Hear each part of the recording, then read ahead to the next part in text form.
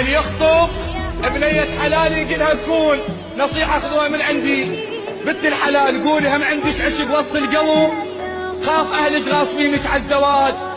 الوردة والله تموت من تنشم غصب، انت حب انسان وتصير الغريب الله ما يرضى محمد تنخطب. صبر عليهم قوة لها شمرو، كون الوكيل يرجع صحيح، ما عاشرتهم لا ربيت وياهم، خلوني وحدي لا عايشاني